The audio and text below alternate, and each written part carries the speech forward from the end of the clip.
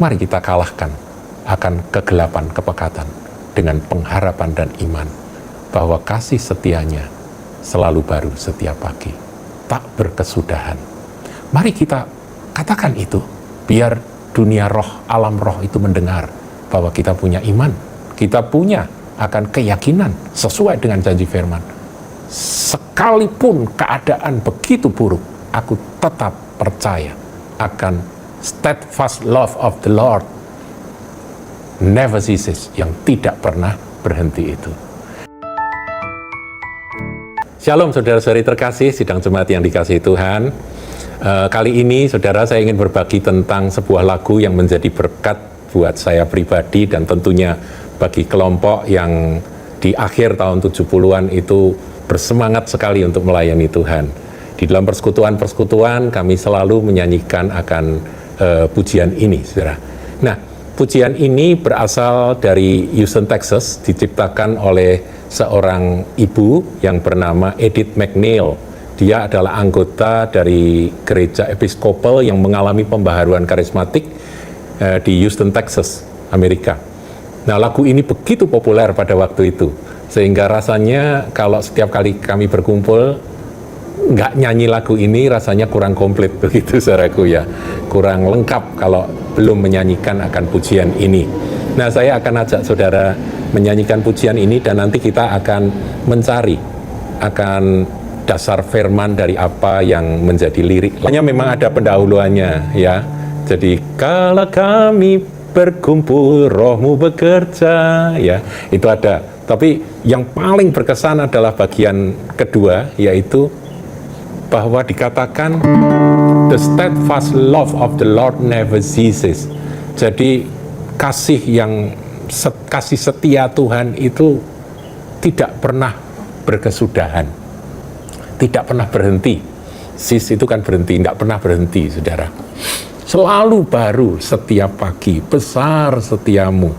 Nah, saudaraku, sesungguhnya lirik dari nyanyian yang diciptakan oleh saudari Edith ini adalah terambil dari kitab Ratapan ya saudara. Nah, coba kita melihat ya, kitab Ratapan pasal yang ketiga, judul perikopnya adalah penghiburan dalam penderitaan. Nah, kalau saudara membaca ayat 1 sampai ayat yang ke-19, ini ngeri sekali saudara, atau bahkan sampai ayat 20 ya, itu ngeri sekali. Nanti saudara bisa baca sendiri di rumah. Ratapan 3 ayatnya yang pertama sampai yang ke-20. Ya, saya akan tunjukkan beberapa bagian dari ayat ini saja, betapa terpuruknya akan situasi kondisi dari Yeremia, penulis kitab Ratapan ini pada waktu itu. Jadi dia sangat menderita, saudara. Dan dikatakan di sini ya, akulah orang yang melihat sengsara disebabkan cambuk murkanya. Dan kemudian sesungguhnya aku dipukulnya berulang-ulang dengan tangannya sepanjang hari. Ia menyusutkan dagingku dan kulitku, tulang-tulangku dipatahkannya. Ia mendirikan tembok sekelilingku, mengelilingi aku dengan kesedihan dan kesusahan. Orang kalau dikelilingi dengan tembok kesedihan dan kesusahan itu mau kemana lagi, saudaraku? Kesini kesedihan, kesana kesusahan yang ada. Ia menempatkan aku di dalam gelap seperti orang yang sudah lama mati. Ia menutup segala jalan keluar bagiku. Ia mengikat aku dengan rantai yang berat. Sampai digambarkan sengeri itu situasi kondisi yang dialami oleh Yeremia ini. Kemudian ayat 8, walaupun aku memanggil-manggil dan berteriak minta tolong, tak didengarnya doaku. Jadi ya, kalau sudah baca lebih lanjut itu, aduh, sedih sekali dan sakit sekali dan ngeri sekali situasinya, ya. Nah, kemudian sampai pada ayat yang ke-18. Sangkaku hilang lenyaplah kemasyuranku dan harapanku kepada Tuhan. Ingatlah akan sengsaraku dan pengembaraanku akan ipuh dan racun itu. Jiwaku selalu teringat akan hal itu dan tertekan dalam diriku. Tapi saudaraku, ayat 21 ini yang nantinya menuju kepada bagian dari lirik lagu yang tadi saya nyanyikan. Tetapi hal-hal inilah yang kuperhatikan. Oleh sebab itu aku akan berharap. Saudaraku, ketika dalam kondisi yang begitu parah, rasanya sudah nggak ada lagi harapan, rasanya tinggal di dalam kegelapan, kelam, kabut, pekat, dan rasanya dikelilingi oleh dinding kesusahan dan kesedihan itu tadi, saudaraku ya. Dan ya sudahlah, kalau sudah baca ini udah digambarkan ya, meskipun ini bahasa figuratif, tapi ini begitu menyedihkan dan begitu mengerikan akan situasinya. Tapi saudara, ayat 21 ini adalah titik awal daripada pengharapan yang ada pada seorang yang percaya kepada Tuhan. Tetapi hal-hal inilah yang kuperhatikan. Oleh sebab itu aku akan berharap. Saudaraku, ada pengharapan di dalam kegelapan, segelap apapun, karena kita adalah milik Kristus. Ayat 22, tak berkesudahan kasih setia Tuhan, tak habis-habisnya rahmat-Nya, selalu baru setiap pagi, besar kesetiaan-Mu.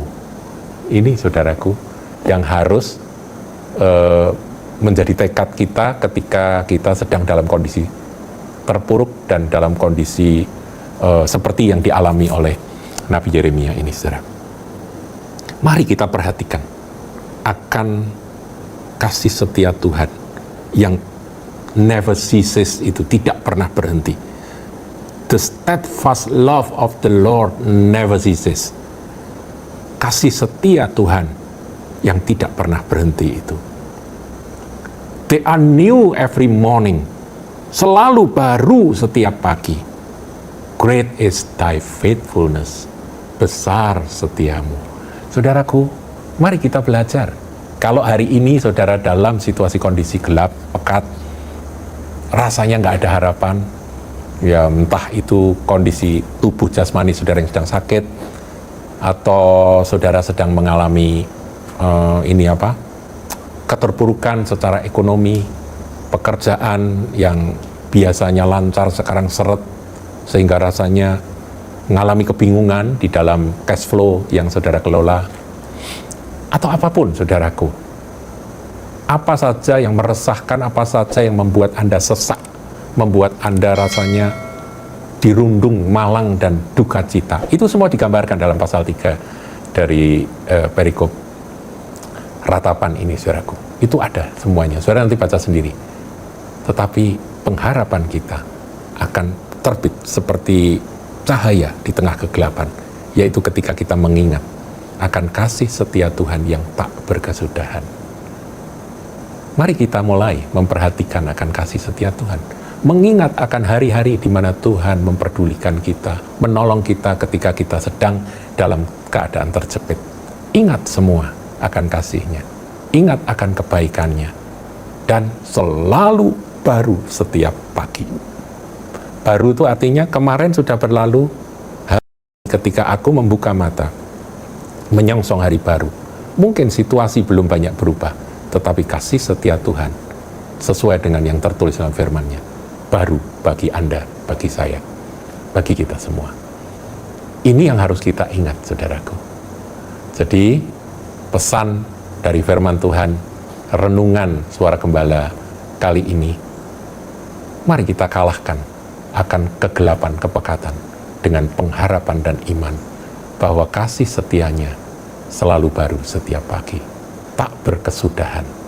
Mari kita katakan itu, biar dunia roh, alam roh itu mendengar bahwa kita punya iman, kita punya akan keyakinan sesuai dengan janji firman. Sekalipun keadaan begitu buruk, aku tetap percaya akan steadfast love of the Lord never ceases, yang tidak pernah berhenti itu, yang selalu baru setiap pagi. Keyakinan saudara akan sampai pada kenyataan ketika waktu ujian, waktu masa-masa kesesakan itu Tuhan anggap cukup, maka kita akan melewatinya dan kita akan melihat bahwa janji Tuhan ya dan amin. Tuhan Yesus memberkati. Jangan lupa like, comment, share, dan subscribe channel GKBK Hal Semarang.